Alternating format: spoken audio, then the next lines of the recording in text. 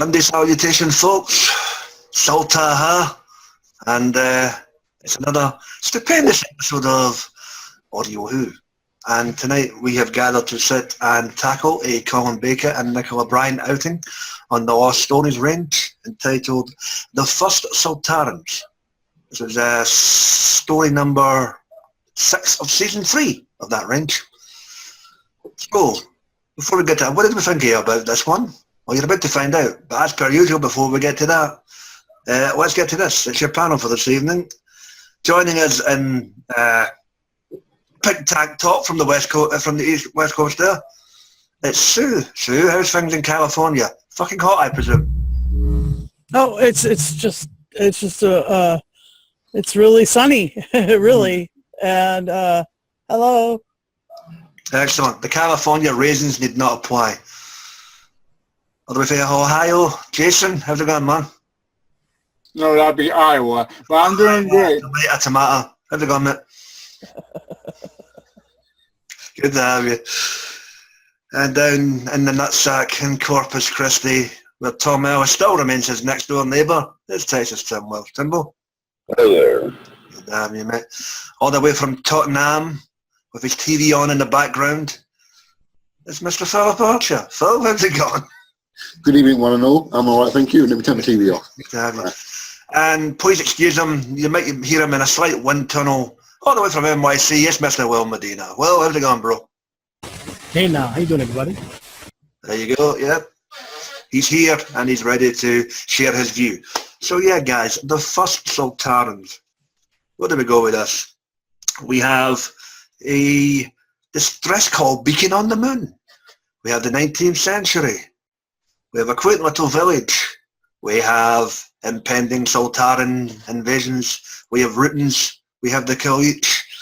And we have the 6th Doctor and Peri in one big gumbo pot of a potential freeway war here. But in the case of the Kaleech, things are not quite as they seem.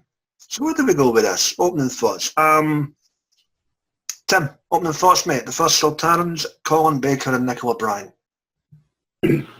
It's very good. This is the last of the Colin Baker Lost Stories, and it's written by Andrew Smith. Is it who was the youngest writer for the TV series back in the day? He wrote Full Circle. Yeah, and it's very good the way he writes this story because it unfolds very slowly. I mean, you learn something at each cliffhanger as you go through, and it's full of twists too, little plot twists and stuff. Like, I mean, you get to the end of episode 2, and all of a sudden, the Rootins are there, which is something people have wanted to see but haven't. And it's cool the way they do it too, because if you remember the sound effect from the horror thing, Rod, you start to hear that before you even know what's going on, and you're like, "Wow, really?"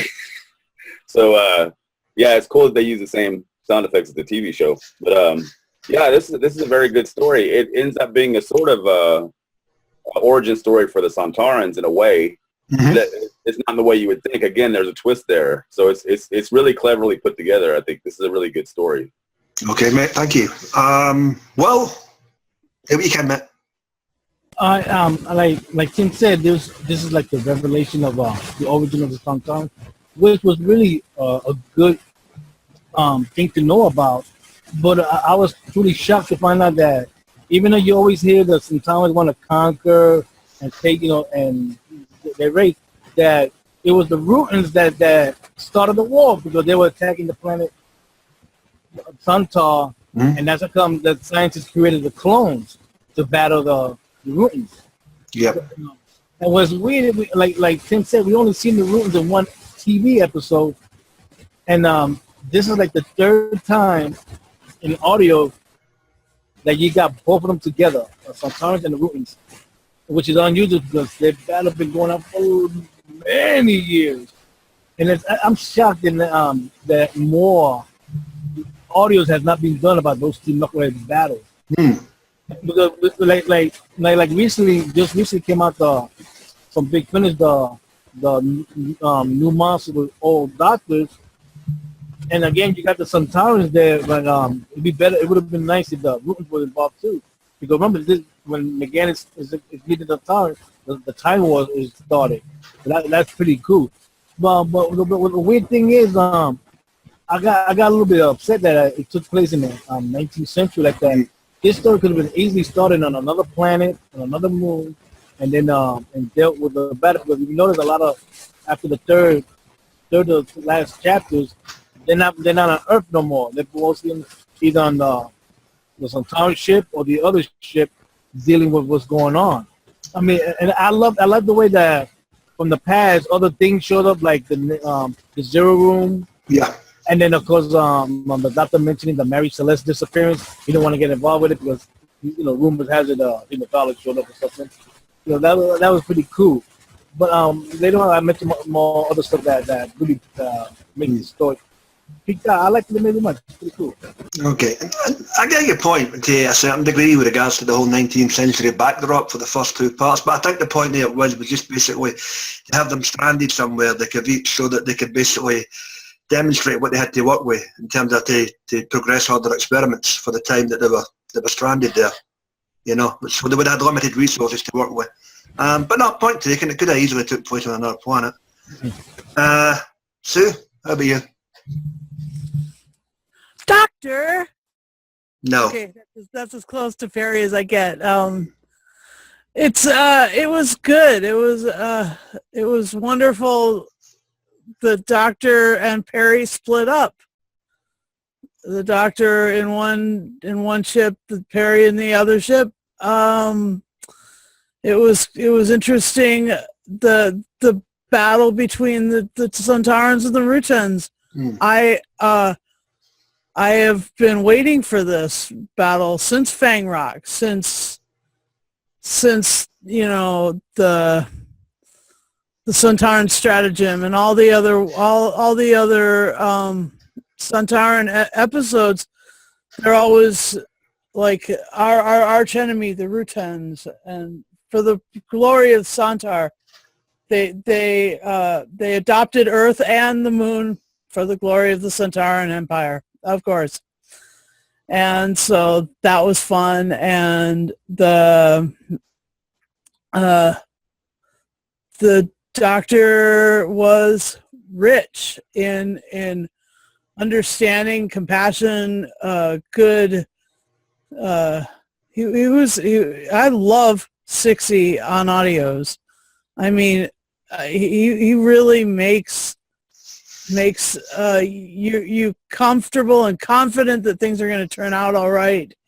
He has a lot of authority and he's got a lot of compassion, and I really love that about Colin Baker's performance. And every time I've listened to a Sixth Doctor audio episode, I'm another step up for Colin Baker. He's one of the ones that I really want to meet in February. So I'm just wonderful show, and that's really all I've got to start with. All right, thank you, my dear. Jason, you picked this one. Go for it. I love this one. I definitely love this one. One of the best of Colin Baker's. I mean, I was hooked on it by listening to this on each episode. None of it was even slow on this one. It just starts out with apparently this crazy guy trying to threaten the other guy. But then, Peri and the Doctor, and Doctor acting as usual as Peri goes in the moon or in the moon surface and saying, "Oh, it's very nice," and the Doctor's like, "Very nice, very nice," as usual.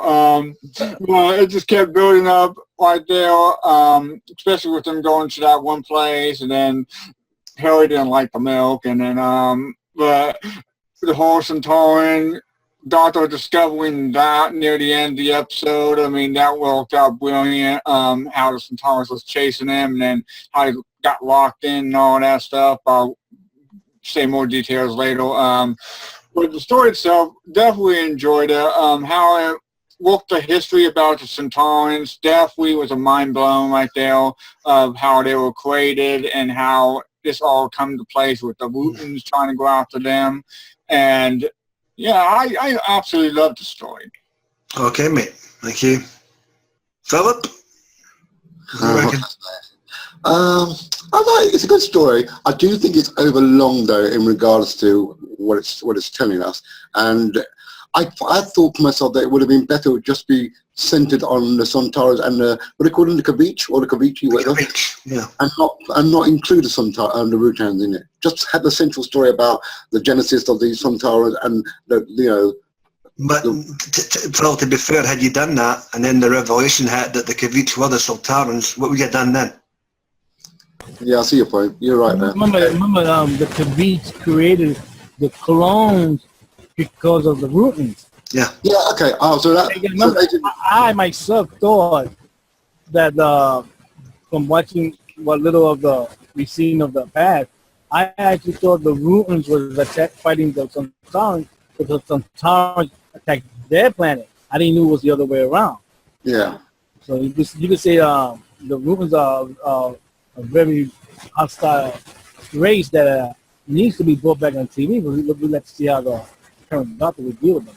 But I also thought it was a bit weird that that beacon on the moon, and they're saying we are here. I mean, obviously that was an obvious kind of like a signal post to sometimes they say there are the Kavichi. Why the hell would you send out a beacon that would attract people like the Sontarans? Or was it a trap? Was that meant to be a trap for the Sontarans? No, the Kavichi used that machine to call the other Kavichi. It wasn't the other Kavichi. The other Kavichi.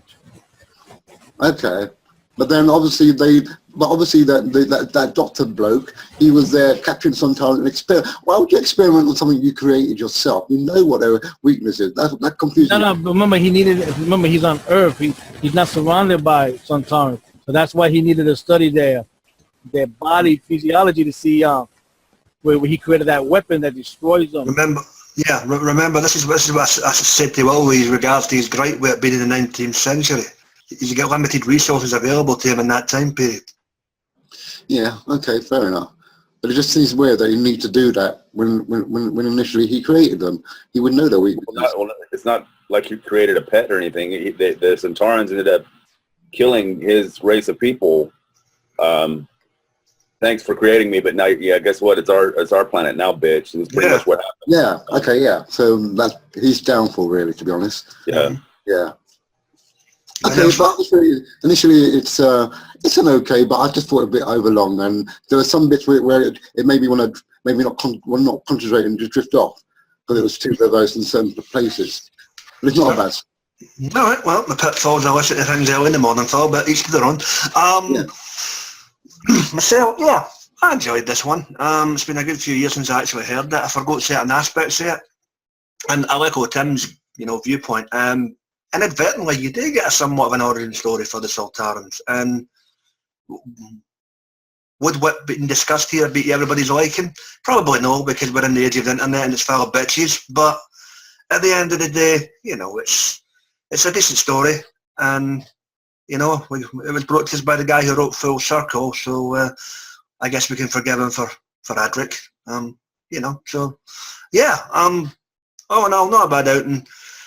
And you've essentially got a three-way war here, which isn't bad. And you've got some no bad side characters as well, which we'll get into in this portion of the cast. And with that, any events, instances, or characters within that said cast audio that stood out for you guys. Sue, what do you reckon? I really enjoyed the fact that the Doctor and Peri were separated and had to do things each of them on their own, and I developed I really liked the way Peri was written and how she was performed. I mean, Nicola Bryant nailed it, and it was just really fun. And so those are the two major ones. The Kavichi were cool, and I thought of them like as the aristocrats, and then the Sontarans became the sort of blue collar, literally later on blue collar people, and so that was interesting. And the Rutans, really eerie and very violent. So other than that, I'm just gonna wait for the other part of the cast. Okay. Jason, what's your take on this part? Well, I think Peri's performance on this one was actually pretty brilliant on this one. She worked out well on this story for her. Doctor, always a great performance on that one. Mm-hmm. The Sontarans, definitely really enjoyed this one with them. Definitely a perfect story. I mean, this should have been from like back in the 80s. They should have done this. I mean, it would fit so well for the series itself. Definitely enjoyed every bit of this, especially with the whole thing with Peri and the Doctor in the beginning, and having the Doctor go in the dungeon, being chased around by the Sontaran, and then I guess when him going face to face and attacking Sontaran. Yeah. And locking the door, having that trapped, and he spotted Peri on that in the dungeon or prison, and find out it was Jacob who had some experiments in the lab, scientists between Sontarans. I was like, okay, what's going on here? And then it kept on with that. Then they would find out later on about a distress signal, and the Doctor, when Jane came around, they find out that there's more Sontarans coming, which wasn't good for them. But then it kept on building its way up with the Sontarans coming to fleet, with the fleet marshal, and I mean, it worked out well. Then you have the Rootons later coming up. It's like, whoa, what's going on here? Got so excited with the story itself, and then later talk about the beginning about how the Kivich created the Sontarans, and with that going on, and I was like, wow, it's like definitely a brilliant story to start right there. I mean, especially when the Doctor was being shown by the Sontarans about like 600,000 hatcheries of the Sontarans, is like, wow. That's, the clone chamber. Yep. Okay. I mean, that one was pretty crazy. Especially right in the end, how the Sontarans thought they was going to get the Doctor and Peri in them. They end up exploding their own ship.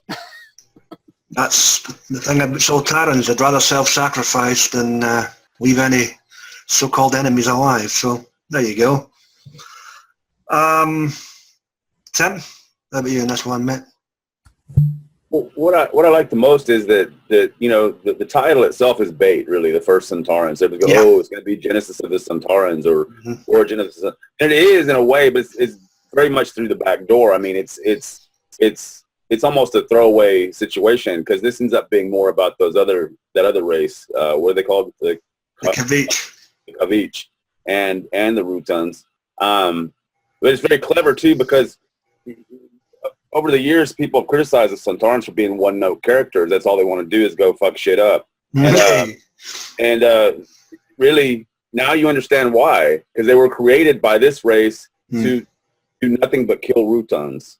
You know, and that's their whole reason to be around, is to do that. So now in other words, this story puts in a lot of background on these two races of characters that wasn't there. It was always in between the lines, kind of, you know, as far as these other stories go. So that's what I like most about it. If I had one complaint would be that it seems like several times you don't really know what you're listening to. It's almost like you're listening to a TV soundtrack, and you don't really have an idea what's going on. Now I know audio is audio, and you're supposed to fill in the blanks yourself. But I think, I don't know, they could have been a little bit more descriptive somehow. You mean there was a lot of I know where you're coming from. segues between scenes via the music, or No, not segues. I'm talking about actual action scenes. Where it's hard to put your finger on what's actually happening. It's almost like you're listening to the soundtrack of an episode without any visuals. And I know it is audio, and that's what you're supposed to do. But in the extras, it even says that he had written the script. It went through like 4 or 5 rewrites because he was using too much descriptive dialogue. Like, oh, look at that big thing over there, Doctor, or something like that. People don't really talk like that. So it's a fine line they have to walk, to get this thing. But I just felt like a couple of times that I would like to see what was going on or know exactly what was going on. Okay. That's a minor complaint, though. This is a very good story. No, fair enough, mate. Crap, who's left? Sue? Oh, no, I done you, sorry. I've gone. Sorry, brain fart. As Tim said, there was some parts of it that you kind of thought, like, what's going on? Like you just said, what's going on here and there? Because that's what kind of got me a little bit because through it, there were certain parts of it I thought, I'm a bit confused what's going on here now. Because there's too many things going on in certain ways, but not in a linear kind of way for me. I did like the idea of the soundtrack of the Wu-Tang. Like Kim said, it's nice to hear their kind of thing soundtrack for them. And I'd like, you know what though, I would like a story that centers on the Wu-Tang's homeworld and learn more about them. Because even here, you don't really learn that much about the Wu-Tangs. They're still these shape-shifting aliens, but you don't really know much about their hierarchy and structure. Well, there you go, Nick Briggs. Get on it. Yeah. Okay, mate. Well. What was weird, I liked it about this guy, that Major Thesinger, was because he always kept talking about him being the Napoleon War, when in reality he wasn't, because he got injured and had a mental breakdown and was sent home. But he made up for it by helping the Doctor face the Sontarans, even though at the end he passed away. But there's a funny question. Maybe you can answer it, because the scientist Jacob, he did the autopsies where he could create that weapon that could kill us sometime. The gun, yeah. The gun. But what's weird is when he was upstairs in the room with the Doctor, he had over 50 guns. What happened to those guns? I assume Remember, they ran out of it, but they were being chased by the Rutans. Yeah. He only had one on him, and it ran out of energy. He couldn't use it no more. So what happened to I don't know what happened to the rest of the guns. Well, to be fair, I mean, even if it took a couple of weeks, we would only have been able to take, a maximum of 10.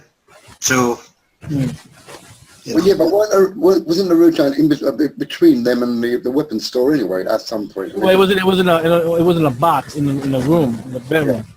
Right. He grabbed one, and then when the Rutan changed and started taking them, so they ran out of there, and then they faced the Sontarans. He killed like one or two of them. But the funny thing is, what happened to the weapon? I know that after the story, they went back to the funeral service of Major Thesinger like that, and then the couple went to another world to with their life. But the Doctor never even mentioned what happened to the guns. If he would have took them and he put them in his own quarters like that, that would have been cool. Because that's something somebody could accidentally find and use. I think, well, you either just suspend your disbelief there, mate, or you put it down to a few script errors, I'm afraid. I will say that. And he usually just leaves at the end. He doesn't really stick around and make sure all the floors are swept or mopped or anything like that. You know what I mean? It's that's not his style. He has his adventures and he moves on. Yeah, the Doctor moves on, but I just wondering what happened to those guns. That's the weird thing, because they maybe they could kill Sontarans. There's no Sontarans on Earth that much, but that isn't a highly advanced weapon that should not be around. Wow. Perry had a shocking. Sort of a big finish. Anyway, how dare you? How dare you? Perry had a good little run in this story as well. She had a lot to do. She stood out. She stood out in this episode because she wasn't a scared girl screaming her head off like that. She helped the wife in the ship. She was able to help them when the ruins was going to come into the ship. To be fair, with the exception of Time Lash, she never really was that kind of companion anyway. I mean, whether she was Victoria or, Yeah.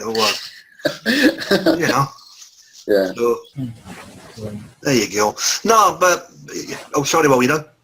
No, go ahead. Well, for me, I'm going to echo Will's sentiments with regards to the Major. The poor bloke cheated death at least 3 times before he succumbed to, well, let's be fair, to get a leg loss at one point, and that was him. So, poor bloke, but, he had a good run, and he served his purpose. The Rutans and the Sontarans, like you say, you get a bit more in-depth description of their war here. It would be interesting to get something, a wee bit more down the line. But hey ho, slowly but surely those blanks are beginning to get filled in. Nicola Bryant, plenty to do here.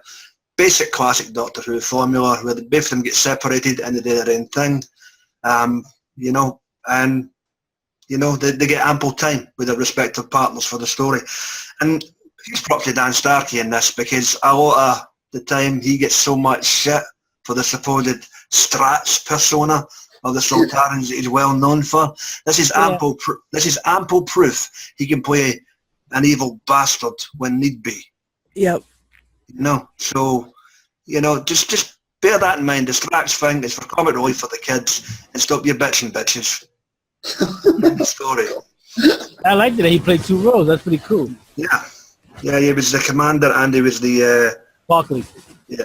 Barkley. Yeah. So there you go. Anything else, guys? No. Okay. Open mic portion of the cast. Knock yourselves out. Anything? Well, I would say it's very well paced. I mean, Philip intimated it might be a little slow, but I don't think so. I think it's structured like a almost perfect 4-part story. Like I said, you get a surprise at the end of each story for the cliffhanger, which you don't see it coming. It's full of like left turns or whatever. It's like it's got a lot of plot twists.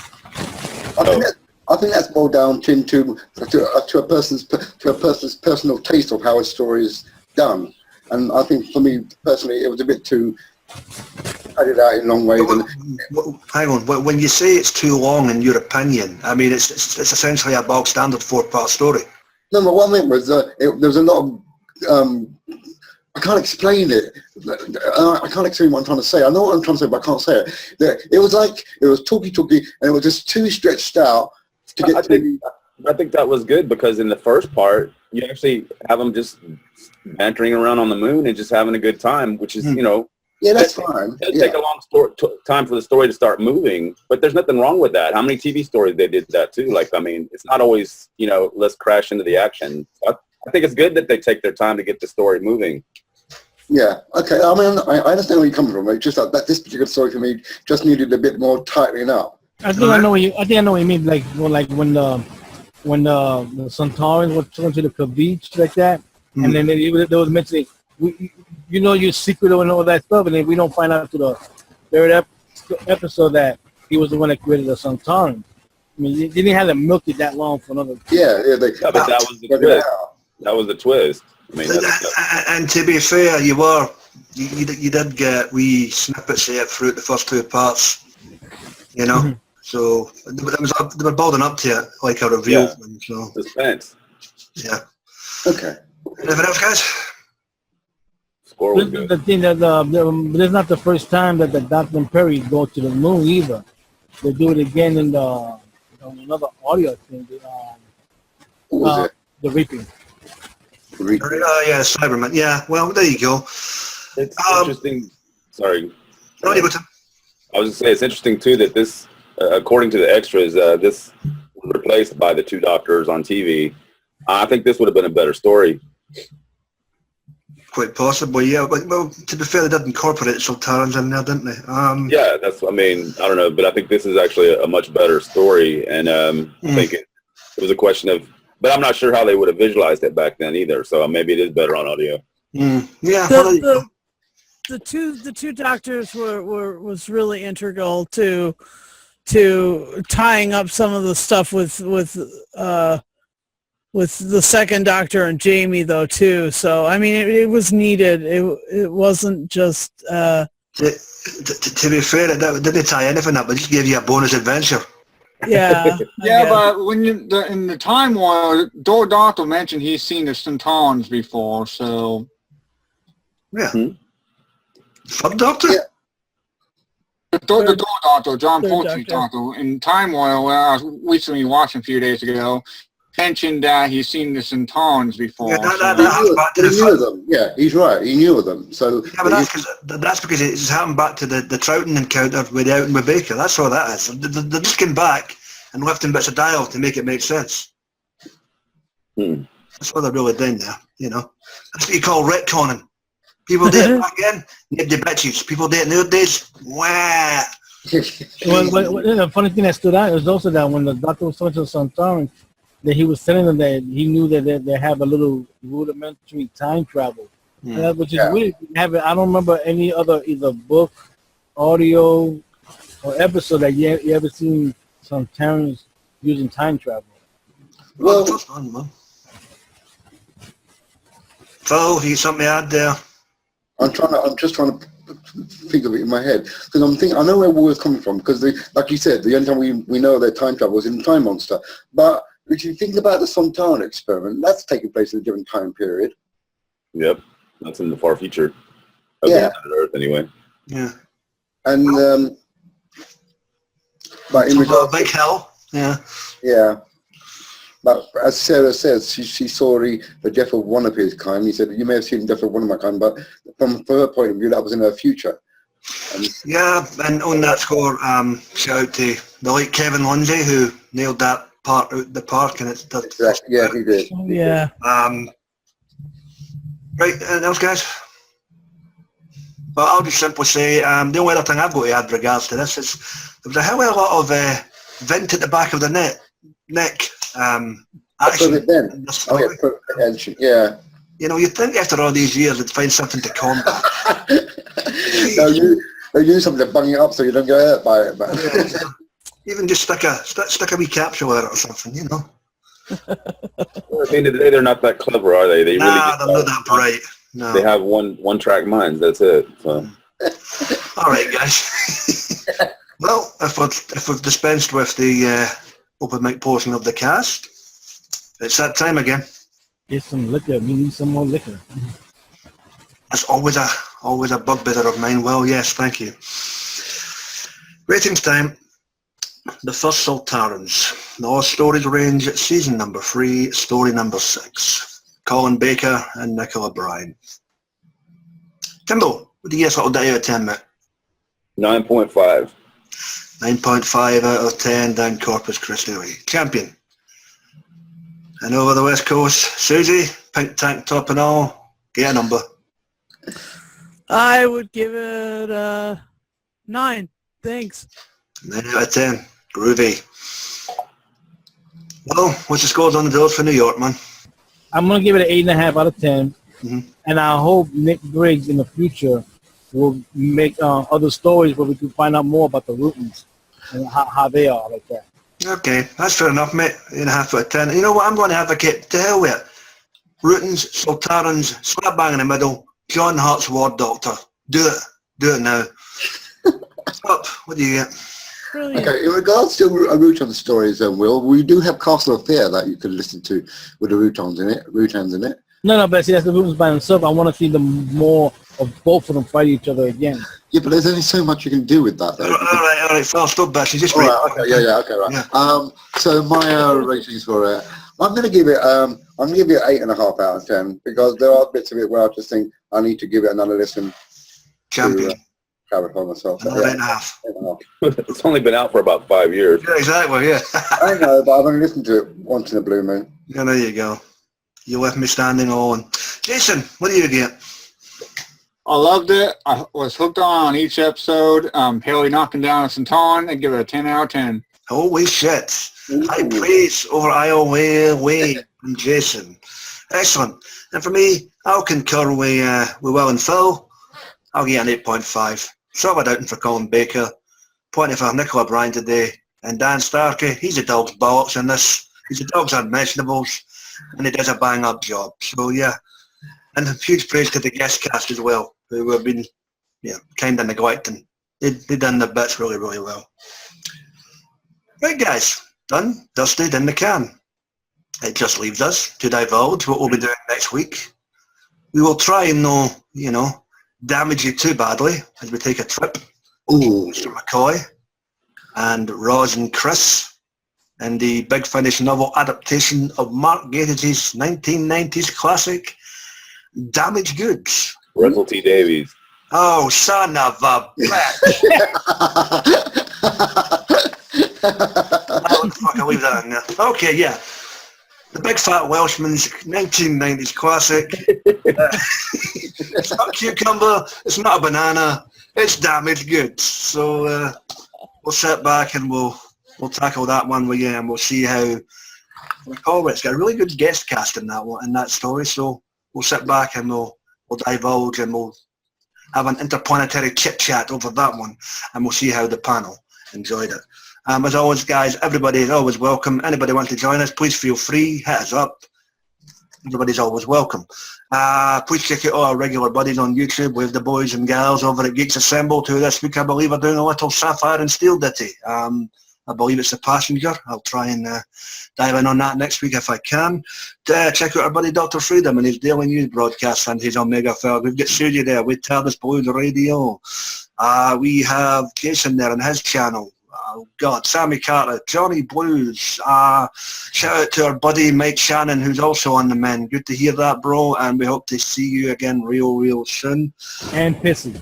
And of course, Pissy the Clown, we hope that there's no more horror in his basement, attic, woods or cowshed. So we look forward to tying up with our good buddy and getting down with the clown real soon. As always, guys, we wish you all a safe and prosperous week. Be excellent to yourself and each other, and it's time for me to go and get a beer. Hasta luego and adios.